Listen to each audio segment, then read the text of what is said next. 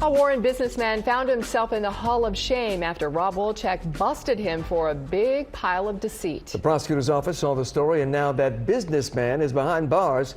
Here's Rob Wolchek with a Fox 2 follow-up. Christopher Jeffrey does some dopey stuff, like not showing up to court on time. Jeffrey, why are you 37 minutes late to my courtroom? I had to take care of some banking matters this morning for my mom because she... I don't care. You have a hearing set for 10 a.m. this morning.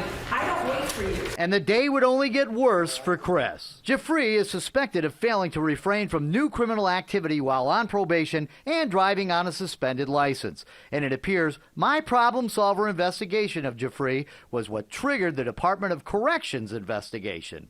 In February, I showed you the mess in the parking lot of Jeffrey's Warren business. Piles of undelivered newspapers and flyers that Chris was contracted to deliver through his company AdCore. Jeffrey blundered through his explanation to me. He said somebody else must have dumped the papers and set him up. He dumped them. So he dumped them and then he took pictures of them? And then he took pictures of them.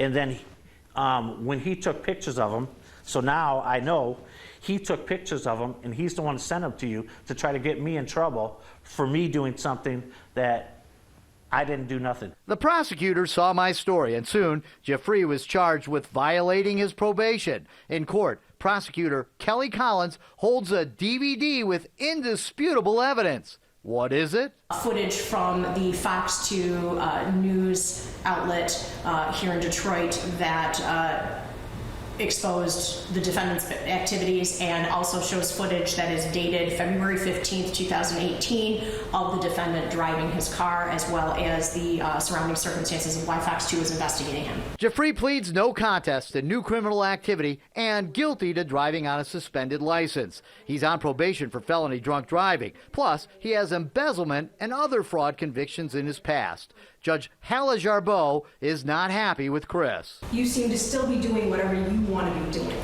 and that is not allowed. And Chris looks shocked when she orders him to be taken away into custody. And with that, the guy who should have been delivering papers and should not have been driving is taken away to the pokey. Christopher Jeffrey will have some time to think about all the dopey stuff he's done. How much time? 180 days in the Oakland County Jail, with credit for 57 days he's already served in jail. That's a long time. In Pontiac, Rob Wolchek, Fox 2 News.